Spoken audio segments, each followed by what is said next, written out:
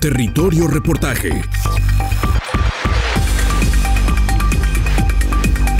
Porque todos tenemos una historia que contar. Con el periodista Agustín del Castillo.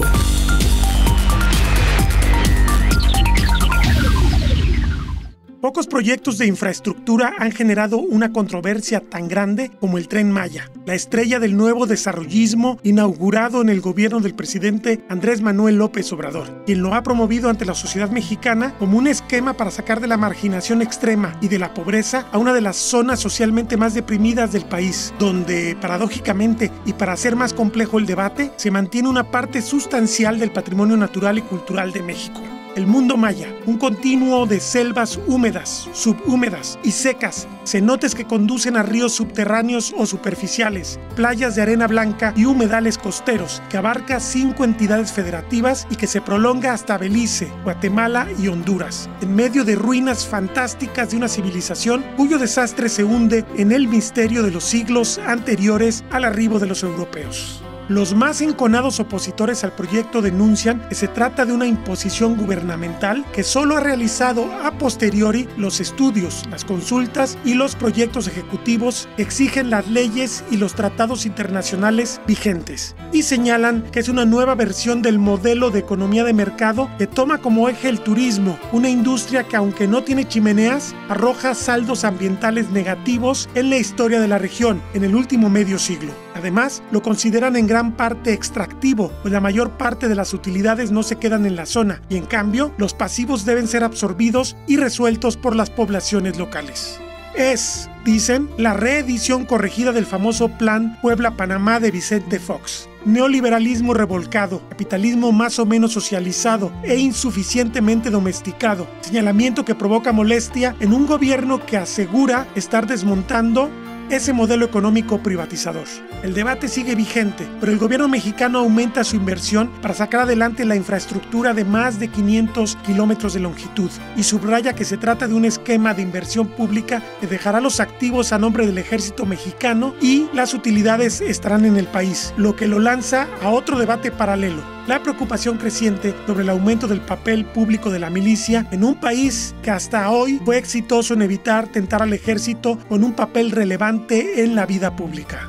En lo técnico, una defensa de las posibilidades sociales y ambientales del Tren Maya viene de instituciones de relevancia internacional, y es el caso de ONU Habitat, el Programa de Naciones Unidas para Asentamientos Humanos, con sede en la capital de Kenia, Nairobi, en el corazón tropical de África, cuyo objetivo es la promoción de ciudades y asentamientos social y ecológicamente sostenibles, el reto más importante de las naciones en vías de desarrollo, urgente ante el futuro inobjetablemente urbano de un planeta sobrepoblado. El director de investigación y construcción de capacidades de este organismo, quien ocupó interinamente la coordinación de ONU Habitat en México, es el tapatío Eduardo López Moreno. En esta tercera entrega sobre la problemática de la península de Yucatán, ha aceptado responder desde la capital keniana un cuestionario propuesto por Territorio Reportaje, lo que permite ver la otra cara del debate. También podremos entrar por unos minutos a otra región ambiental y socialmente única de esa impresionante región mexicana, la selva Puc, en los linderos de Yucatán y Campeche. Paralelamente a la huella ecológica creciente de la economía peninsular, se dan esfuerzos de cambio cultural y de conservación que sería la respuesta, todavía minoritaria, a los desafíos de la península, ese reino frágil y único de la diversidad terrestre planetaria. Pero escuchemos a Eduardo López Moreno. Justifica la participación de ONU Habitat en el proceso de integración de este proyecto. ONU Habitat tiene el mandato de colaborar con los gobiernos para abordar el crecimiento urbano, la visión a futuro de los territorios y para responder a desafíos como este en diferentes lugares del mundo. El caso de México no es ajeno y ONU Habitat en sus 42 años ha trabajado en muchos proyectos similares. En el caso particular del Tren Maya lo hacemos porque asesoramos a Fonatur en cuestiones muy particulares que tienen que ver con nuestra agenda y con nuestro mandato. Estas son, por ejemplo, el planeamiento territorial, el diseño urbano, la generación de estrategias y el desarrollo integral en términos territoriales del sureste de México. Y esto lo hacemos siempre en una perspectiva de respeto a los derechos humanos. El experto encuentra áreas de oportunidad para empleos, derrama económica, mitigación de riesgos ambientales. La base es una idea de prosperidad compartida. Un proyecto como este, que es un proyecto complejo, serio, grande, siempre viene con grandes oportunidades y también con desafíos. Y para ONU Habitat esto no ha sido una excepción ni tampoco una sorpresa. Entramos a este proyecto sabiendo que podíamos contribuir desde nuestra trinchera y desde nuestras capacidades y saber hacer en términos espaciales, socioeconómicos y medioambientales, pero medioambientales vinculados al desarrollo territorial. A lo largo del proyecto, en este año y medio, identificamos áreas de oportunidad en donde el Tren Maya tendrá ciertas ventajas en términos de generación de empleos, de derrame económica en la región, y también con Fonatur vimos cómo mitigar ciertos riesgos ambientales por donde circulará el Tren Maya en los 5 estados. Para nosotros, para ONU Habitat, el desafío consiste en desarrollar un plan que sea de prosperidad compartida. Nosotros desde el día 1 le dijimos al gobierno mexicano que más que un tren, este era un proyecto no ferroviario solo, sino de desarrollo integral del sureste, y lo llamamos un proyecto de prosperidad compartida, en el que en la medida que se pudiera articular los 5 estados con todos los municipios por donde pasa el tren o que están en un área funcional, podríamos generar oportunidades, riqueza, y podríamos asegurar que la distribución de lo que se genera fuera equitativa y en la medida de lo posible justa para la población. También quisimos asegurar desde un principio, y en este año y medio hemos elaborado una serie de documentos, guías, recomendaciones para que los ecosistemas naturales, las costumbres y la cultura se respeten y se preserven en el lugar. La península tiene un historial de proyectos que quizás fueron concebidos como sostenibles, pero terminaron con rasgos muy depredadores, con beneficio rápido a los inversionistas a costa del medio ambiente y de los habitantes. Sin embargo, el Tren Maya, asegura, puede revertirlos. La península ha sido objeto en muchos años que van más allá de la vida del Tren Maya e incluso tal vez de la generación en la que muchos jóvenes vivan, de proyectos que fueron muy depredadores y que buscaron casi siempre obtener beneficios rápidos a costa del medio ambiente y a costa de los habitantes del lugar. ONU Habitat realizó una serie de estudios y observamos claramente que sí es posible revertir impactos sociales y ambientales que se han históricamente acumulado en la región, en el sureste mexicano. Ahora, de nuevo lo hacemos desde la perspectiva del trabajo que nos compete. La planeación regional, en términos de sus características, sus potenciales, sus ventajas comparativas, el análisis de cada microrregión, en donde entendemos que si trabajamos bien estas microrregiones, el tren desarrolla una serie de vínculos a una forma de conectividad secundaria y a una forma de desarrollo endógeno microrregional, en donde esperamos que estos estados y estos municipios puedan construir las herramientas de planeación y también los elementos de contención para hacer frente a los desafíos de la región. El desarrollo del sureste se enfrenta a una serie de elementos históricos que no han sido muy propicios para el desarrollo. Y para nosotros el mejor baluarte contra eso es referirnos a los objetivos de desarrollo sostenible de la Agenda 2030, la nueva agenda urbana. Es decir, estos parámetros son los que rigen nuestra actuación en el sureste mexicano.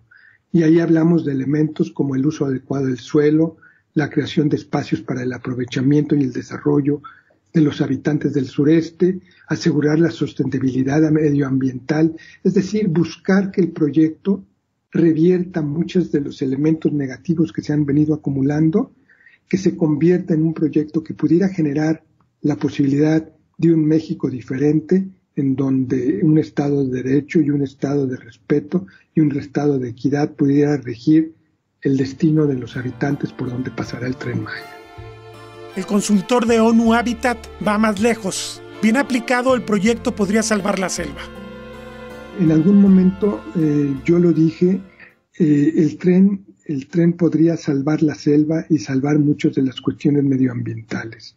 Estudios que hicieron allegados a nosotros o el propio gobierno en diferentes estados mostró claramente que ciertas áreas, Calakmul por ejemplo, entre ellas, se veía afectada en un proceso de deforestación o de cambios de usos de suelo, una apropiación informal de muchos terrenos, un desarrollo sin planeación adecuada y sobre todo también impensable creer que zonas como por ejemplo Cancún hoy día en un país del nivel de México no pueda tener las respuestas en términos de condiciones básicas de desarrollo. Por ejemplo, no hay sanidad adecuada, no hay agua adecuada, etcétera. Entonces lo que queremos hacer es crear un modelo diferente que rompa con todas esas inercias, con la desigualdad existente y que propugne por un desarrollo sostenible, por un ordenamiento territorial que garantice la generación de recursos, pero la distribución equitativa de ellos. Estamos trabajando con garantías y con normas que nos permitan creer que este proyecto, a partir de diferentes herramientas y normativas y guías, podría tener una distribución más justa, más oportuna de los recursos, más captura de plusvalías y condiciones que hoy, a diferencia de muchos países y la historia de México, fueron apropiadas por ciertos sectores y condiciones y que tuvieran como objetivo final las poblaciones locales, y entonces ONU Habitat interviene en este proyecto, sí, para corregir esas inercias. Es un proyecto que puede redistribuir las ventajas de la región con un modelo de inclusión social y de equilibrio ambiental. Me gustaría detenerme en la palabra mercados. Desde una perspectiva actual y los estudios que se hicieran hoy, tal vez algunos de los mercados podríamos pensar que no están tan desarrollados o que requieren todavía un cierto proceso de maduración. Y es eso lo que este proyecto quiere hacer. Trabajamos, después del acuerdo suscrito con Fonatur, con SEDATU, con Semarnat, con los estados, con los mercados, con los municipios para expandir esos mercados y para dar más oportunidades e identificar los beneficios que un proyecto como este traería. Yo creo que un proyecto como este lo que puede hacer es redefinir ciertas ventajas de la región y considerar que en una economía y en una geografía moderna diferente sí se pudiera hablar de grandes beneficios que pudieran tener una retribución local. Es decir, inspirados en un modelo de prosperidad compartida que ONU Habitat diseñó y que Fonatur adoptó y está implementando, podríamos hablar de procesos de planificación regional en donde, alineados con las agendas nacionales y estatales, pudiéramos buscar ventajas asociadas, por ejemplo, a buenas prácticas internacionales o a un saber hacer internacional y orientar la acción pública hacia un desarrollo regional sustentable y con beneficios para todos. Nuevamente, la península de Yucatán se enfrenta a las utopías que le han dado forma histórica a su sorprendente mitología cultural. La coexistencia entre crecimiento y conservación inclusivos tiene quizás una última oportunidad.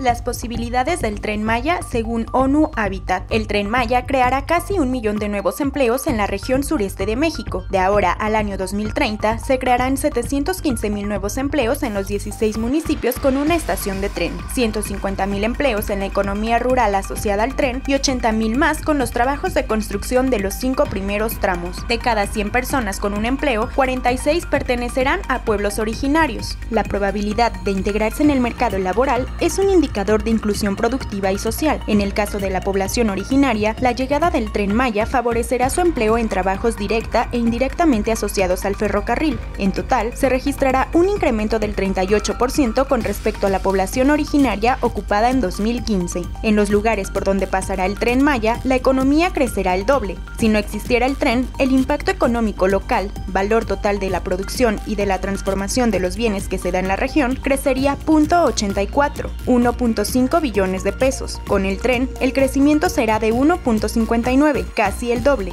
2.1 billones de pesos. El Tren Maya sacará de la situación de pobreza a 1.1 millones de personas del sureste mexicano. Para 2030, las personas en situación de pobreza habrán descendido 15% gracias al impacto económico del Tren Maya en la región sureste. La población pasará de los 12.1 millones actuales a 17.3 millones de personas. De ellas, 6.1 millones estarán en situación de pobreza. Si no existiera el Tren Maya, esta cifra ascendería a 7.2 millones. La planeación ordenada evita el consumo de suelo en un 49% y protege el medio ambiente. Planificar permite reducir el espacio de tierra que utilizan las personas para establecerse y desarrollar sus actividades. En la región sureste habitan en promedio 38 personas por hectárea. Aumentar esta densidad dejaría más suelo libre de actividades humanas. El Tren Maya permitirá aumentar una media de 2 años el promedio de escolaridad en los municipios con estación. En promedio de escolaridad, mejora las condiciones de capacitación y el acceso al mercado laboral, en un escenario donde se espera un crecimiento de la actividad económica, turística y productiva.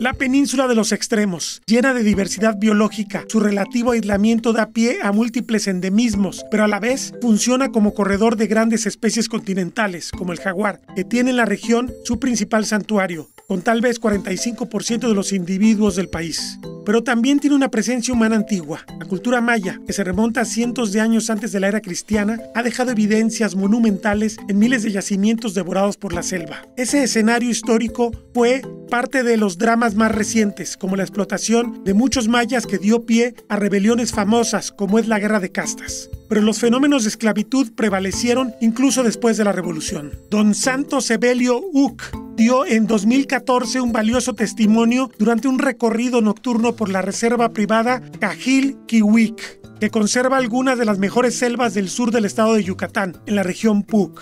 El hombre se desempeñaba como cuidador del bosque, pero su vida es testimonio de la esclavitud prevaleciente incluso en los años 50 del siglo XX, cuando su abuelo se refugió en la selva para huir de sus patrones ganaderos que lo tenían reducido a condición de esclavo, como muchos mayas de esa entidad. Y la esclavitud era de los enequeneros, supongo. ¿O de qué tipo de hacienda era? No, es puro ganado. Ah, sí. ¿Aquí cerca? Ajá. Hay como 300 ganados. Y acá, el dueño, solo el que está cuidando los esclavos. Sí. Y eso todavía ocurrió en los años 50, cuando ya había pasado la revolución y todo eso. Sí. Entonces usted nació aquí, conoce muy bien el bosque. Ah, sí. ¿Cómo era el bosque aquí cuando usted nació, cuando usted era niño? ¿Era muy distinto que ahora? Pues, ¿cómo está? Como hay muchos, como que no permite a destruir los montes del dueño. Pues son todos aparte. Hay más partes más grandes, árboles atrás del cerro. Hay más grandes, como maderas. Árboles muy gruesos. Sí. Tiene 30 metros de altura. ¿Y qué animales ha visto usted en estos todos los años que ha vivido aquí? Pues jaguar, puma, ocelote y jabalí, venado, tepezcuintle, cereque, mono araña, matucha, zorro. La reserva Cajil-Kiwik demuestra la voluntad de muchos grupos privados por salvar el presionado patrimonio de la península. James Callahan, director de esta reserva de 1,800 hectáreas, está enclavada en el interior de la gran reserva biocultural Cook, en Maya, montaña, una demarcación de 135.848.9 hectáreas, decretada por el gobierno de Yucatán en 2011, donde diversas modalidades de tenencia de la tierra comparten la urgencia de proteger el patrimonio enclavado al sur de la magnífica ciudad de Uxmal. El conservacionista de origen estadounidense destaca la importancia de replicar este tipo de proyectos. Está creciendo cada día más la población en la península. Mientras por un lado, a falta de industria, se está invirtiendo y se sigue invirtiendo en la industria, la llamada industria sin humo, chimeneas y turismo, pues, que jala muchos recursos, indudablemente favorece a la economía peninsular de muchas maneras, pero por lo mismo jala. Sí, porque pues demanda recursos de agua y hasta para construir palapas para darle sombra a los turistas en la playa, etc. Que ha sido motriz de desarrollo de la península, pues no nos cabe la menor duda, pero ya el crecimiento mismo, tanto de la costa del Caribe como hacia Mérida, la capital tradicional, histórico y económico de la península, pues requiere que tengamos espacios en donde podamos resguardar, proteger para el futuro, que nos sirvan de escaparates de enseñanza, de recreo, reservas, ¿no? Y que tengan una relación estas reservas con sus muestras de selva tropical que tienen entre la baja, la mediana y la alta, una relación directa con las comunidades que ya sea que viven dentro de ellas, en el caso de las mayores de la biosfera de Calakmul, por ejemplo, o de las costeras como Río Lagartos, por ejemplo, pero al interior tenemos la necesidad y percibimos que si de la selva en una perspectiva histórica precolombina y colonial postcontacto, de aquí vivía la gente, siempre han vivido en el entorno de la selva y de la selva misma. Entonces, pues es un recurso vital tanto para nuestra propia vida y pertenecemos a la biodiversidad misma de estas regiones, ¿no? Que si a la medida que las mantengamos saludables o las restauremos, en el mejor de los casos, integrando elementos de manejo y el buen manejo para la conservación y la productividad, creo que un manejo de la conservación se tiene que llevar de la mano con conceptos de productividad y mercado mismo, ¿no? A la vez de satisfacer el sustento diario de la vida de nuestra gente rural. Creemos que del impacto que ha sufrido la península por diversos motivos, sus selvas en los últimos 20 años para acá, con el crecimiento en algunas áreas desmedido y mal planeado y pensado, con mayor razón y con más ahínco deberíamos de enfocarnos como sociedad concertada y con una visión de cómo queremos que nuestra península hogar nos apoye a futuro, porque pues sobre ella vivimos y si en ella no pensamos y en sus recursos selváticos, pues nos va a ir muy mal. Pese a las modestas dimensiones de esta reserva privada, se registran allí los 6 felinos americanos, 29% de las aves que existen en la península y al menos 480 especies de plantas. Es un paraíso en medio de un mundo altamente presionado.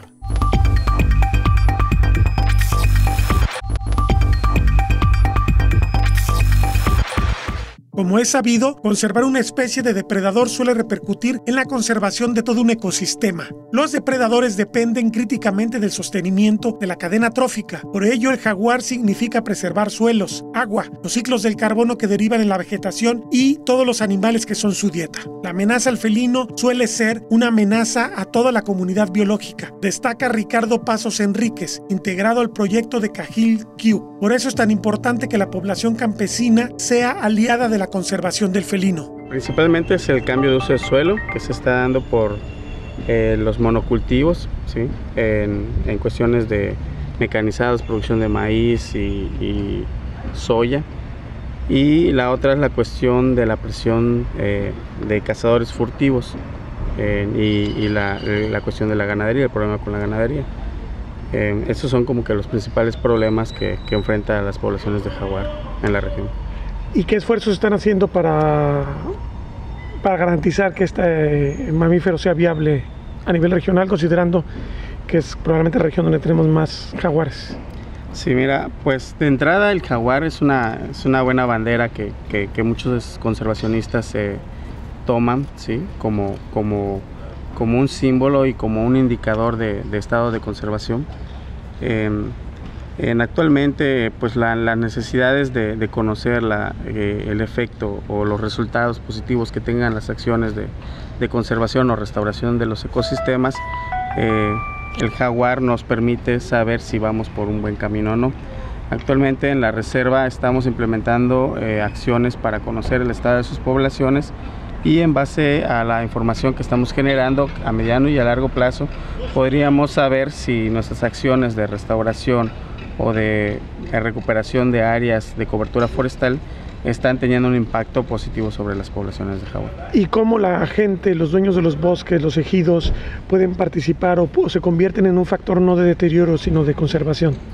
Pues actualmente con las acciones de Red Plus que estamos implementando en la región como un sitio de prueba, la idea es que los productores incrementen o integren acciones de buenas prácticas de manejo que permita la restauración de cobertura forestal alrededor de estas áreas productivas y que se establezcan policultivos en vez de dedicarse a una sola producción como el caso de maíz o sorgo. Y que bueno, estas mismas actividades económicas se puedan diversificar permitiendo la restauración de las selvas. La idea es que podamos lograr un cambio un poco en la cultura de producción de los campesinos de la región y que permitan pues retomar estas acciones que de antaño muy bien realizaban sus ancestros. ¿Y cómo lograr que culturalmente la gente deje de ver al jaguar como un enemigo, sobre todo en el tema de la ganadería? Pues trabajando principalmente con las personas adultas, que son los que más han visto como negativo al jaguar en la zona, ciertamente con acciones de diversificación en la producción y de la mano muy pegada a las acciones de educación ambiental. Sí es un trabajo que sabemos que no es fácil y no tampoco podemos tener resultados a corto plazo, pero tenemos una estrategia de implementar estas dos acciones, ¿no? La cuestión productiva, mejorar la cuestión productiva y la educación ambiental. La Reserva Biocultural PUC tiene una apuesta por generar un modelo económico de baja huella ecológica y eso implica, dice un agricultor local, Don Luis, abandonar el paquete tecnológico de los monocultivos y rescatar razas criollas. Nosotros queremos ser diferentes. El maíz que ven allá es un maíz criollo. Ahí están las mazorcas en la mesa. Esas no tienen una gota ni de líquido ni de fertilizante. Es un maíz que se da por la gracia de Dios y la fuerza de la tierra que nos da de comer. Entonces es lo que nos está produciendo. Entonces estamos pensando en esto porque estamos viendo la gravedad de la vida que va de decadencia, la gente se está muriendo muy joven, muy prematuros. ¿Por qué? por la contaminación que nosotros mismos le hemos dado al medio ambiente. Desgraciadamente, nosotros al hacer esto nos toma el gobierno como contrarios a la política de ellos, ¿no? ¿Por qué? Porque nosotros estamos sembrando un maíz que ya no se lo compramos a las grandes empresas, lo producimos nosotros mismos. Es nuestra semilla de la que conocemos desde que tuvimos uso de razón, desde que fuimos niños, de eso nos enseñaron a comer. Es un esfuerzo que demandará respaldo institucional y mucha paciencia, porque de lo contrario, los campesinos deben migrar, y no son pocos los que deambulan por los Estados Unidos. Este es el testimonio de Eddie Zul, quien pasó casi una década en la región oeste del país del norte. Era de 6 a 3 y de 4 a 10 a 9 de la noche. A veces trabaja 14 horas por día.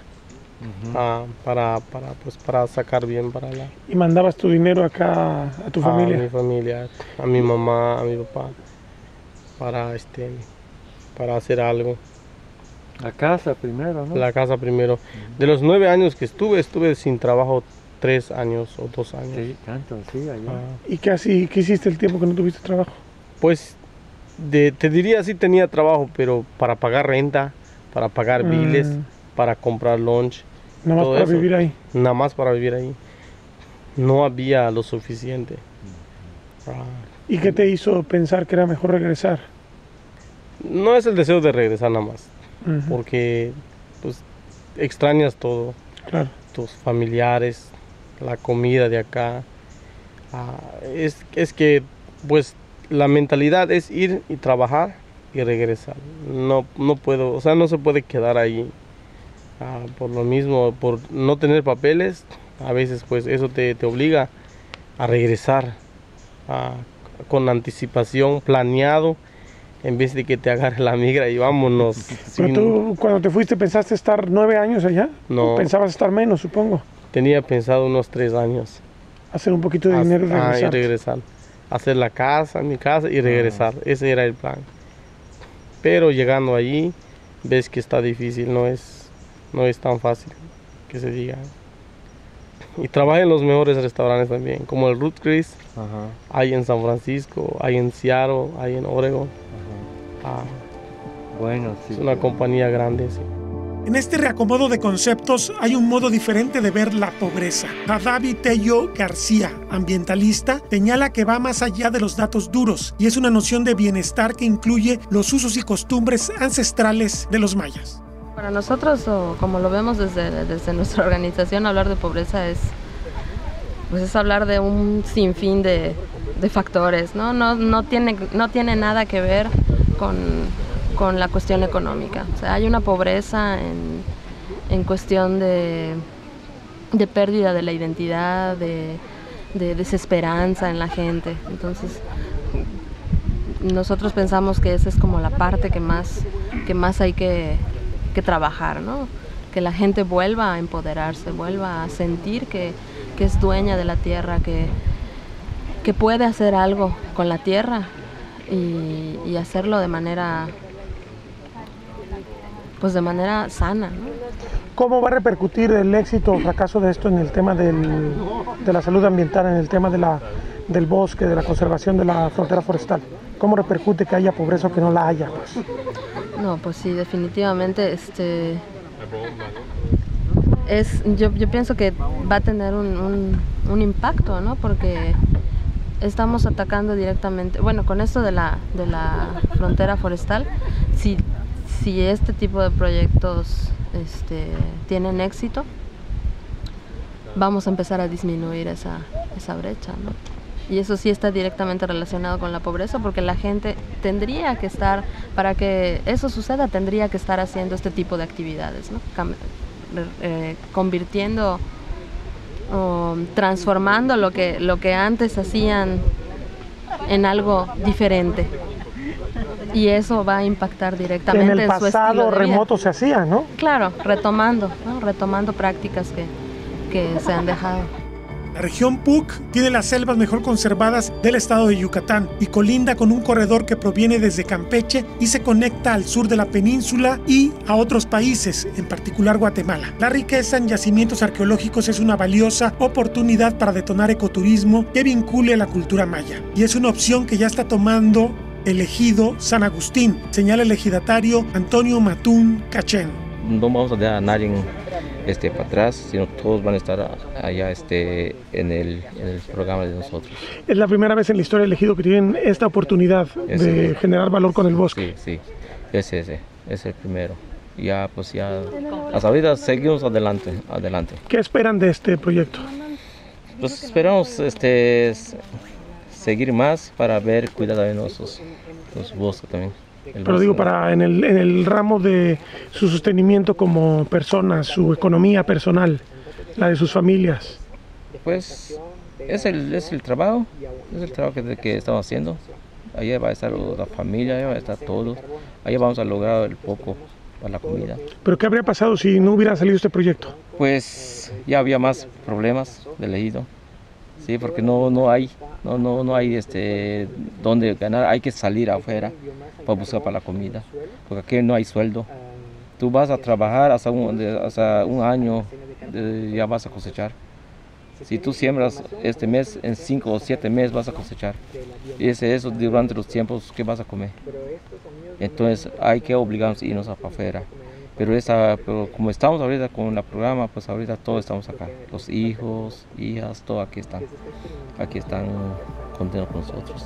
El decreto estatal 455 de Yucatán, del 21 de octubre de 2011, señala que la reserva es biocultural porque define la base patrimonial del territorio e incluye una gran cantidad de recursos biológicos desde el nivel de la diversidad genética hasta la amplia heterogeneidad y agregación al nivel del paisaje y el conocimiento ancestral y contemporáneo que se ha combinado en prácticas que son vitales para la seguridad alimentaria, la salud y el bienestar humano, que han evolucionado en conjunto con los múltiples bienes y servicios que el ecosistema les provee y que determinan la identidad territorial de la población con base en el conjunto de derechos que dan legitimidad al acceso de los recursos naturales y sus beneficios por los habitantes de las comunidades locales.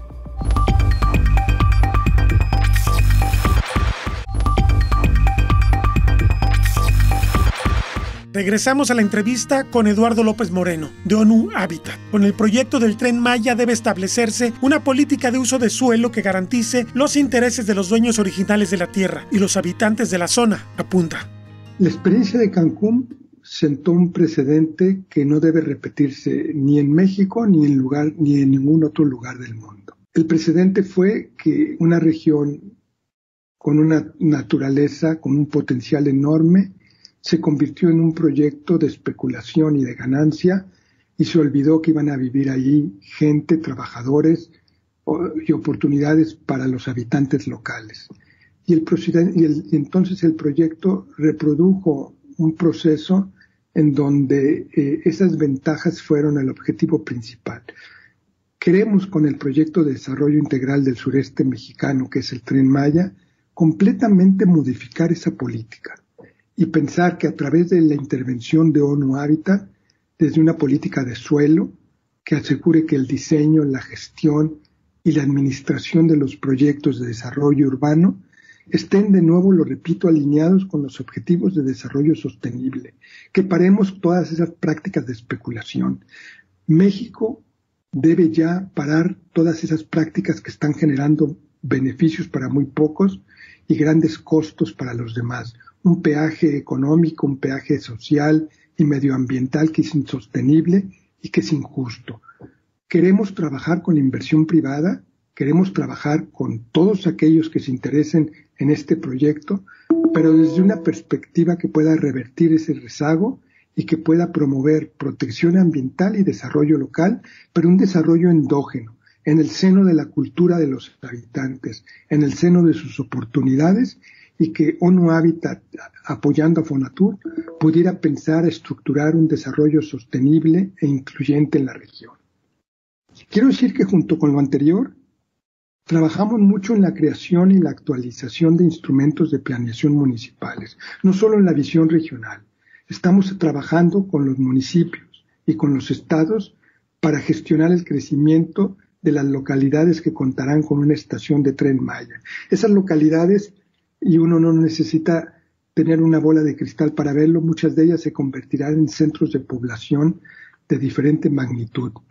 Y como se van a convertir en estos centros, queremos que lo hagan con modelos de urbanización que sean compactos, policéntricos, diversos, con una gran cantidad de usos de suelo, con diferentes tipos de poblaciones, es decir, que tengan todas las ventajas que el desarrollo sostenible local puede tener y que potencien y maximicen ventajas comparativas del territorio, puedan integrar cadenas de valor con sectores económicos locales alejados de los centros de población. El proyecto del Tren Maya en las estaciones generará comunidades sostenibles que significan que no solamente la población alrededor del ámbito de la propia estación se beneficie, sino aquellos alejados a partir de ciertos proyectos de diseño de conectividad secundaria y de visión de qué es lo que compete para que ellos también se beneficien. En esta perspectiva, el quehacer de ONU Habitat hace que la dotación adecuada de usos de suelo, en su articulación con el ferrocarril y con medios de transporte, permita aproximar las oportunidades de desarrollo a toda la región y a todos los habitantes, y no solo a aquellos que están en las áreas de influencia del tren. Esta es una oportunidad única para revertir dos tendencias importantes. Una, cuando se compara el sureste mexicano con el resto del país, donde se ve una gran desigualdad territorial, pero la segunda es al interior del propio sureste mexicano, donde esa desigualdad territorial también es patente y clara en muchos indicadores. Revertir esas dos tendencias significaría que el quehacer de ONU Habitat, desde una perspectiva de derechos humanos, habría rendido los frutos para los que nos asociamos, invitados por el gobierno mexicano. Es enormemente importante la protección ambiental, pero sin olvidar que hay derecho al desarrollo. Para ONU Habitat, entrar en proyectos como este es partiendo de la premisa que el capital principal es la protección de las cuestiones naturales, tanto de la selva como los humedales costeros, y también como cualquier otro elemento que tenga que ver con ecosistemas y con desarrollo local, en donde hay que proteger antes que nada. Esa es nuestra premisa inicial de intervención. Ahora, sabemos también que desde una perspectiva de derechos humanos, los habitantes de la región tienen el derecho al desarrollo. Ahora, un derecho que sea siempre conmensurado con sus posibilidades, que no sea disruptivo de sus espacios, ni de su capacidad de contención del crecimiento, es decir, que no genere grandes desigualdades. Y para nosotros una condicionante de intervenir aquí fue siempre proteger el capital natural, proteger los valores tangibles e intangibles de la región. Y al hacerlo de esta manera, realizamos proyectos en donde cualquier condicionante de ejecución revisa primero el aspecto ambiental. Este es nuestro punto de entrada. Número 2, brindamos asesoría Fonatur para generar un modelo, como ya lo hablé anteriormente, de prosperidad compartida, en donde los proyectos y los recursos que se generan a partir del ambiente natural no afecten este ambiente, no le pasen un costo futuro y los beneficios que se generen sean redituables en la región misma. Eso es lo que nosotros llamamos sustentabilidad. Por ejemplo, es posible un aprovechamiento ecoturístico en zonas de alto valor natural. Esto no es un proyecto que no se haya hecho en otras zonas protegidas del mundo, y se hizo con respeto y se garantizó que se pueda cuidar sin alterar la estructura vegetal, manejar una capacidad de carga turística limitada y evitar afectaciones a la masa forestal, que hoy día poco a poco se han ido perdiendo y que este proyecto tal vez podría revertir en la perspectiva de lo que se habló anteriormente. Y además está el delicado tema del agua, en una región kárstica donde todas las existencias del recurso están en el subsuelo.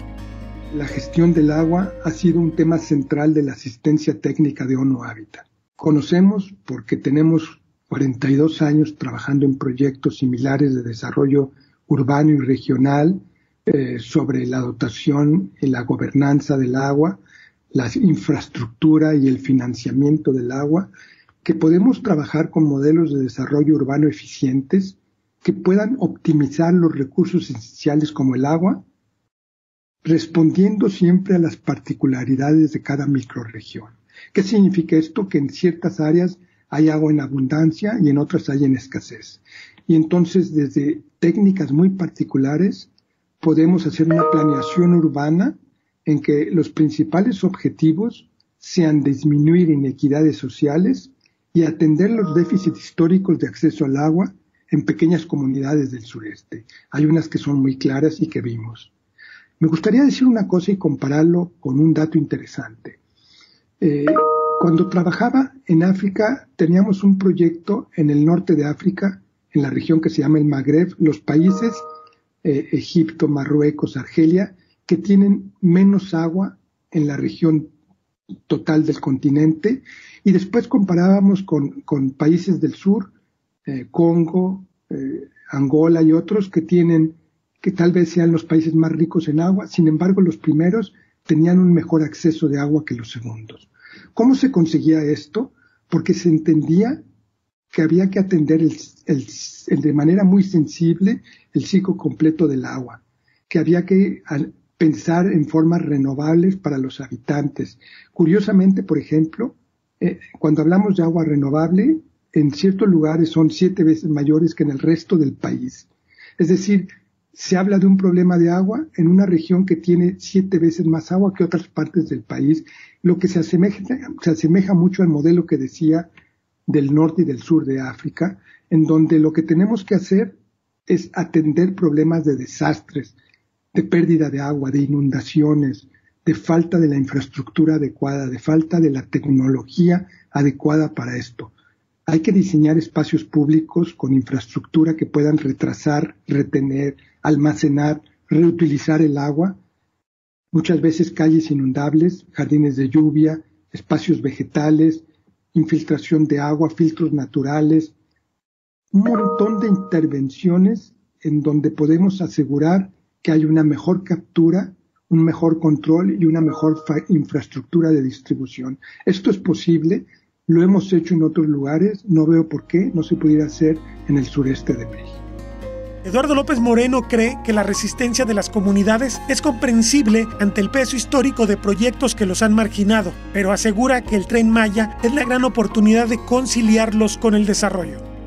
Curiosamente, este proyecto, y fue la perspectiva en que ONU Habitat lo analizó, entramos en él porque tenía la gran posibilidad y el gran objetivo de reducir esas divisiones sociales existentes. Tenía la posibilidad de saldar deudas históricas existentes, de limitar que ciertas partes del país estén más avanzadas que otras, en algunos indicadores hasta con 30 años de diferencia. Estos proyectos son muy complejos y sin embargo no están exentos de riesgos, eso nos queda muy claro. Ahora, ONU Habitat valora completamente la participación de la sociedad civil y sobre todo no solamente valorizamos, sino que respetamos y viabilizamos el derecho a disentir. Nosotros no entramos en discusiones sobre los recursos legales que se puedan interponer y las resistencias que existan sobre el proyecto.